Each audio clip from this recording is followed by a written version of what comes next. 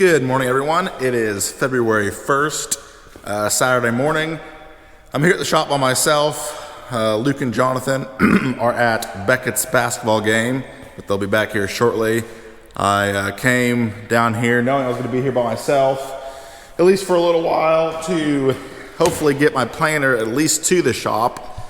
I didn't know Luke was he didn't have this pulled in last night, so he must have pulled it in after I left, but luckily it looks like it's already been washed off, so I think I'll make sure once he gets back, but hopefully this thing will be ready to get pulled out and then I can pull my planter in, and then I'll probably just back it up over here where his Ranger's at and then we can still have plenty of room up here to pull something else if we need to, because it's going to take, I can get done what I need to today in a day, but then I still got to order some more parts, but I can always pull in and out if I need to. But I'm going to go get it pulled out of a different shed that's a few miles up the road, but I do know I'm going to need this Milwaukee inflator here because I've got at least 2 flat tires. I know I need to replace at least 3, so might have 3 flat ones, but luckily I got this, and I'm not for sure. I might need to go get Dad's small tractor. I don't remember the state of the hydraulics I'd have left it in. I know I probably let it down on the stops, but I'm thinking when it's on my truck, which I'll pull it back here with, that the stops are kind of low, so I don't want to risk dragging anything, so I might have to go get Dad's tractor, raise up the hydraulics, and then see where we're at from there. But so got the big battery on there. Let's go see if we can't get it pulled out by myself. Here we are, made it to one of our other sheds. Has a semi, it's pulled in here, and then the conveyor is pulled in here. I got it pulled on the other side of another building that's right over there. So these tires don't look bad. Well, the bad ones are on this side, but the way this, well, you can't hardly see them, but the way this planter works is those tires float really, really well. So I'm sure they're low, so I'm just gonna go ahead and crawl in there and probably just inflate them all. Forgot to bring a wrench to tighten these up whenever I swing this tongue back, but I might be able to get it good enough just for the couple miles back. But I'll get in there, get those aired up, and then try to get it pulled out of the way and then get this other stuff parked. Okay, well, I finally got everything jockeyed around. Got it hooked up here, shed shut up. The front no-till coulters are a little bit lower than I would like, but I've only got probably less than a mile on a country road, so I don't think, hopefully the crown doesn't hit, then I'll be out on the highway, then I should be good. So we take off, get this back to the shop, and then hopefully get it pulled in. If not, I'll have to wait till that chisel gets out of there, and then we'll get this pulled in. I changed my mind. I didn't even get pulled out in the country road, and then I just looked back and decided those coulters were a little too close for my comfort, even though I wouldn't be going very far on this crowned up road, but I'd rather be safe than sorry than tear something up and cost me more money. So this cost me about 30 more minutes, but that's part of it. So I'll go get this tractor, then get back to it. Okay, this is much better. Gonna get it hooked. I got it hooked up, then I'll go in and lift it up, and that should probably come about, at least 6 more inches, I'd say, because it's resting on the cylinder stops now. So hopefully that works. Well, I know it'll work. That's how I got it here. So probably should have just done that in the first place, but I thought maybe I could get it with my truck, but I guess now I know for sure. Got it back here to the shop. Not too dirty, but I'm going ahead and give it a power wash off. There's a couple of these lift cylinders that are slightly leaking, so I want to get the oil off of them, and then that way when we get it in here we can see hopefully where they're leaking and then get those rebuilt if need be. And then other than that, it's pretty clean. See, there's some oil there, and then that got a little mud on it right there because I had to get off the road because people don't know how to drive when they come up on farm equipment. You guys know how that goes, so get this washed off.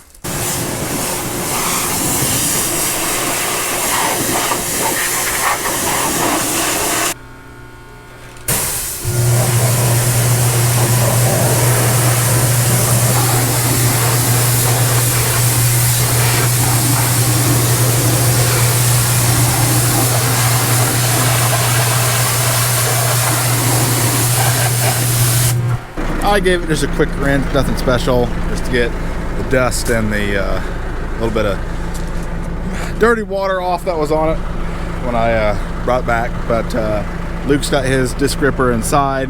He's got to do a few things to it and probably just wait till Monday or Tuesday to get this pulled back in. So get it unhooked here, then I'll see you guys then. Good morning, everyone. Getting ready to do a few things to this planter. Luke still got his disc gripper in the shop. He's having some problems with some bushings, which is how things go. So while he was waiting on that, I'm going to go ahead and make up a few things for this. To start off with, 30-inch spacings for corn on the back, and then we have these split rows, we call them, because they go right down the middle of the back rows. And these are, we plant beans with every single one of these, 15, and then we only plant corn with these 8 back here. So corn is 30-inch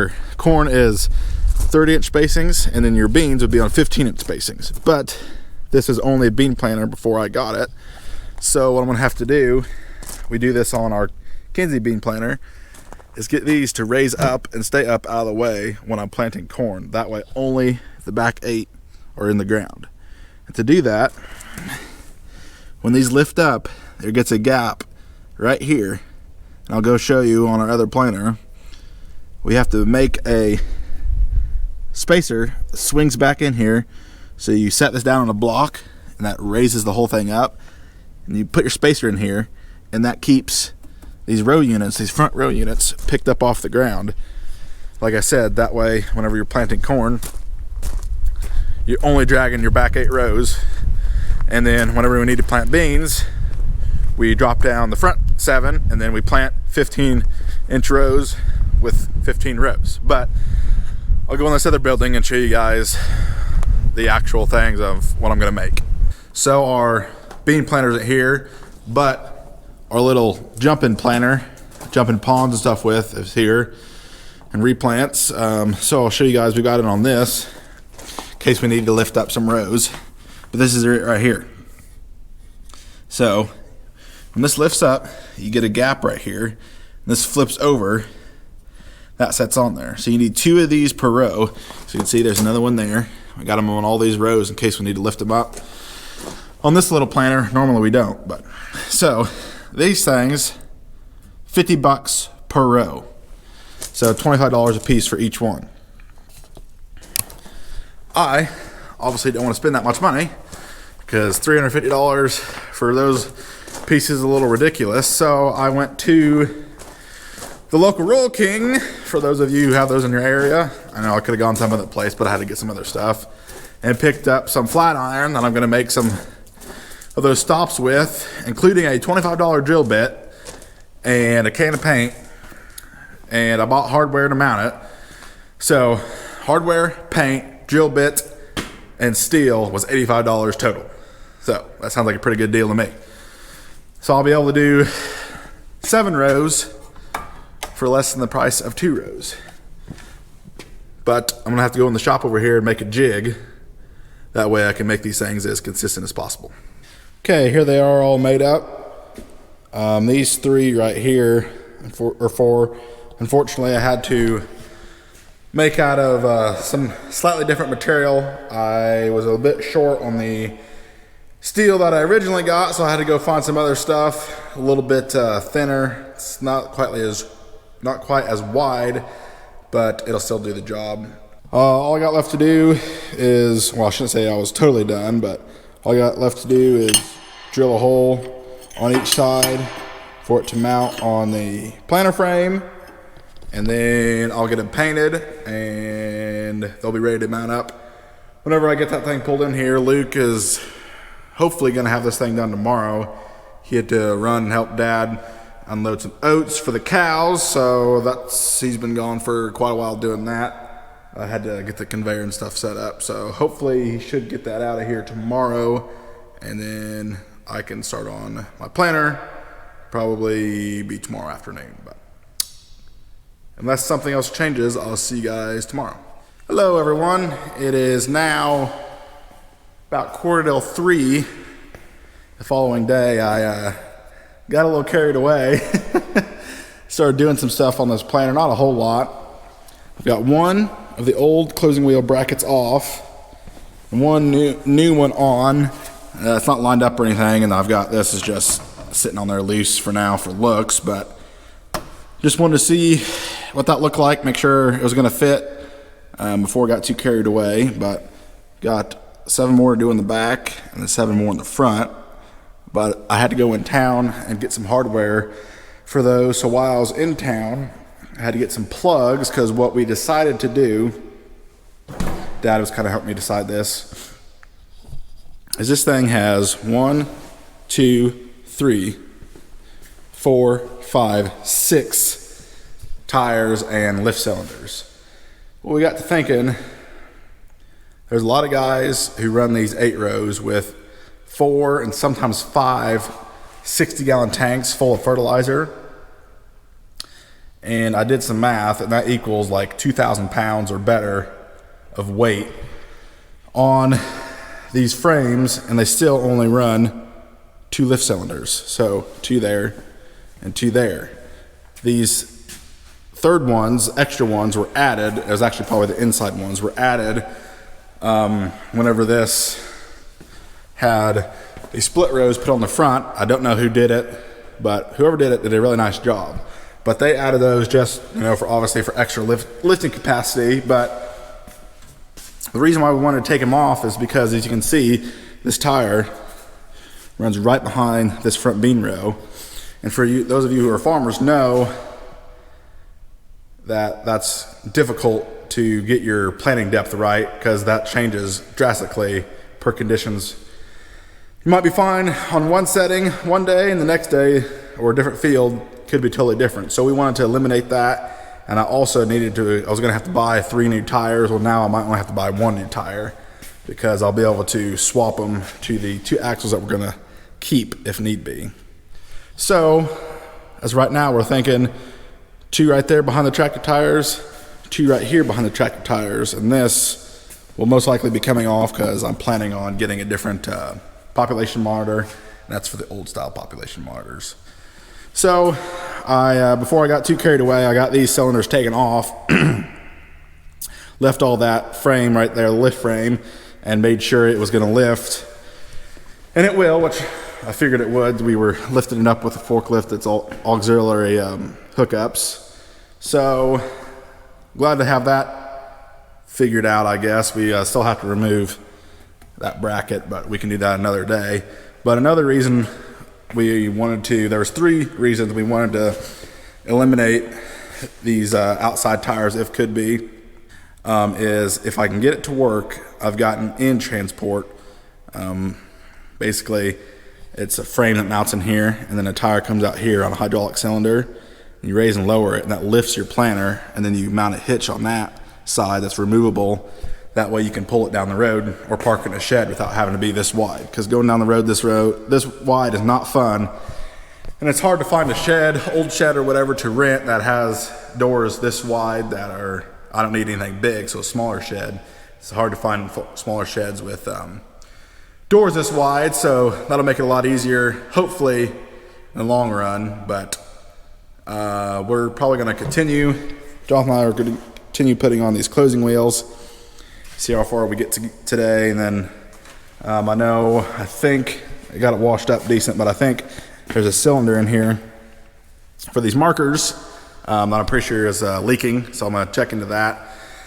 Didn't really look like it's leaking too bad. I'm probably not gonna use these markers a whole lot just because I do have auto steer, which is good, but that's gonna be the main things. I'm gonna look into a different population monitor, and then if possible, these are the drive chains that these front units drive from the back drive shaft, and basically they're always on, because this chain it's just all one piece, obviously. So it's connected to the back shaft. If possible, I'm gonna maybe put in some sort of clutch or whatever sprocket that I can engage or disengage to turn off and on these front bean rows. If not, I'll just have to find the master link in here and take that apart, which won't be that big of a deal, because hopefully, as long as I don't have to replant anything, I'll just have to do that once a year, but you know how that goes. So a lot of things to do this, but we're gonna slowly chip away at it. So like I said, I think we're gonna start on those closing wheels and see how far we get this evening. Work at it for a couple more hours. Okay, I figured I'd give you guys a bit of a rundown how we do this. It's pretty simple, but first off, we gotta start by taking off 2 bolts on each side.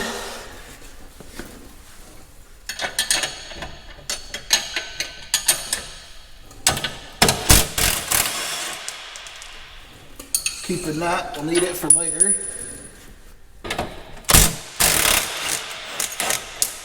This particular one, the back 8 rows, not sure about the front 8 rows, the back 8 rows are a 1980 model, which is pretty old. I shouldn't say pretty old, but definitely older. Luckily there's a bajillion extra parts and aftermarket parts for these John Deere 7000s out there. So see, those 2 bolts came off. Loosen this back here, undo it from the spring. There we go. Set that off to the side. Take that spring off. And then, here's the new one. Get our closing bracket here. One of these bushings goes in this hex cutout. This has got a hex side on it. Goes in there. Grab this eccentric bushing, they call it. See how the hole is offset? And basically what that does, if you can see down in there, is after you get it mounted up, you can spin this before you get it tight, and that will be able to allow you to shove your closing wheel bracket left and right, so you can align it exactly with your furrow from your disc openers. But get this lined up here.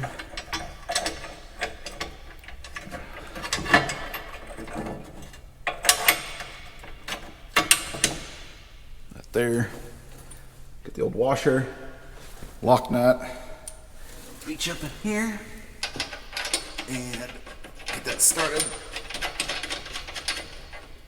That way it didn't fall off. Do the same thing to the other side.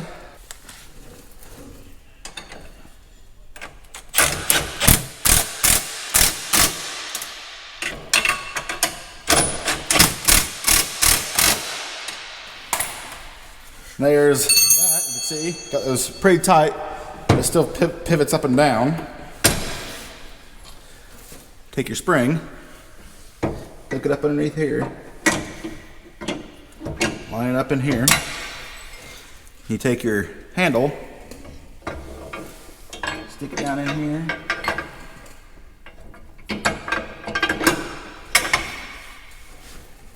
Hook it on a hole on this handle, this T-handle, and then hook this T-handle to the bracket with a small bolt in the bottom.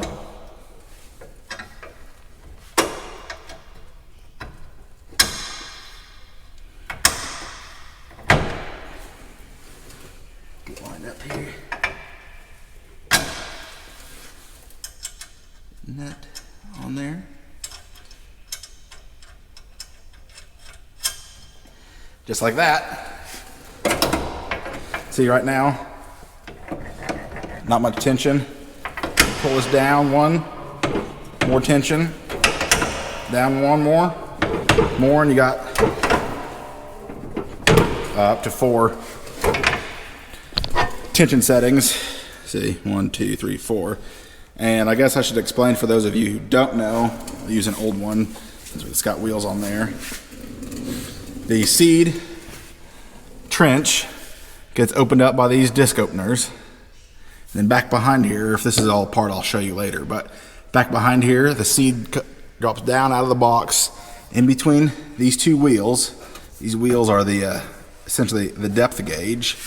And then, so the trench is open with the seed in it, and this comes right behind it, and then this will squeeze the dirt down, creating nice seed to soil contact. So that's why there's adjustment right here for these, but obviously instead of having to use a wrench and guess, these could all be very consistent. You really want your seed to soil contact to be good. So that's why they make them adjustable like that, and that's what these spike closing wheels are supposed to help do, is help with seed to soil contact. So that pushes down however hard you want on top of the dirt, on top of the seed. So it's not too bad. I'll probably just go ahead and get all these on and then come back through and put on the spike closing wheels, because I've only got 2 over here and the others are in the other building. So I'll have to get the forklift and bring them over here because they're on a pallet. And then at some point, have to figure out the best way to get this lined up left and right. Like I said, you spin these bushings here, and that can shove this left or right to get it perfectly lined up. But that's kind of how that works. So I'm gonna keep going. It is now 5 o'clock. Jotham was helping me. Got all the brackets put on the back here. That didn't take very long, but what took a while was putting them on here in the front, because this is kind of tight quarters, but that's part of it. So we're gonna unload all the new spiked closing wheels out of this box and then put all these old closing wheel brackets and wheels in there, and then probably see if Luke needs any for his little 6-row. I don't think he does, and then I'll probably try to sell them. So you guys watching this need some John Deere 7000 closing wheels and brackets, hit me up. $35 OBO. No, I mean, I'd get rid of them for about whatever, really. So that's all we're gonna get done for today on this. I gotta go home and do some stuff and make sure to get that done, and got something else going on tonight as well. So kind of busy today, but we'll be back here in the morning. Well, good afternoon, everyone. I kind of forgot to pick up the camera this morning, but I haven't gotten a whole lot done on this so far. I've got the rest of these closing wheels put on up here in the front, being up in these tight quarters. That took a while. So got all those on, and all of them on the back. And now I'm working on this one outside tire, like I was saying yesterday. I've got it taken off there. I'm gonna have to take this one off as well. But while I've got this side apart, this tire is in much better condition than this one. So I'm gonna just swap them there and put the drive sprocket on the inside, because we're also having to move the drive sprocket, which isn't gonna be that big of a deal, but it's this stuff right here. There's the shaft, the sprocket came off of that shaft there to here, and so we're just gonna move this one from here to that one there. So that's what I'm working on now. I gotta jack this side up to get pressure off this tire. That way I can get them swapped.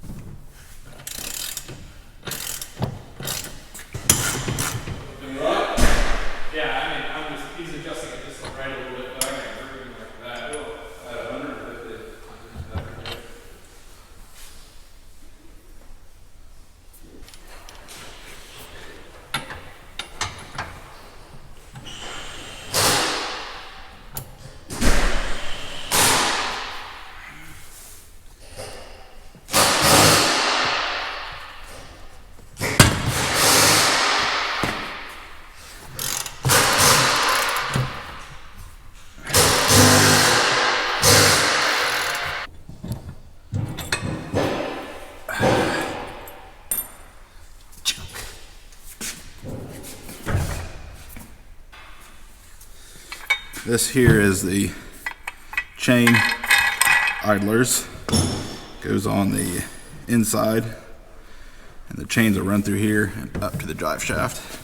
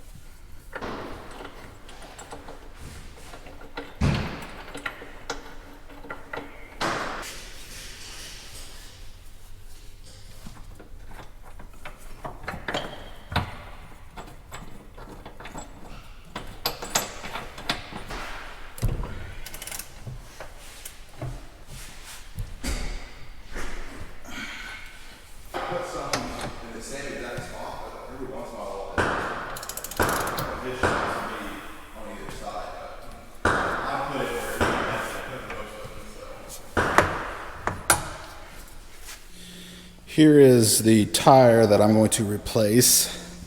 As you can see, that's pretty poor. And right there, it's a big old gash, goes all the way across. The two the two that I took off that we decided we didn't need are not much better, but they are better than this one, so I'll keep those as spares. Really, I should only need one, hopefully none. But John's got to run a few errands down in Charleston, so I'm gonna go with him, take this down there. It's 3 o'clock. I probably won't get it done today, but I'll go back down and pick it up in the morning. But I'm gonna get this hub off here, bigger part on the underside underneath there, make it a little bit easier to handle, and take this down there and get a new one. I wasn't exactly for sure how this video was gonna go. I didn't know if it was gonna be one long video or 2 short videos or 2 longer videos, but I think that's probably long enough for this clip. So that'll be all for this one, and then we'll pick back up on the next one right where we left off. But I do appreciate you guys watching, and we'll see you at the next one.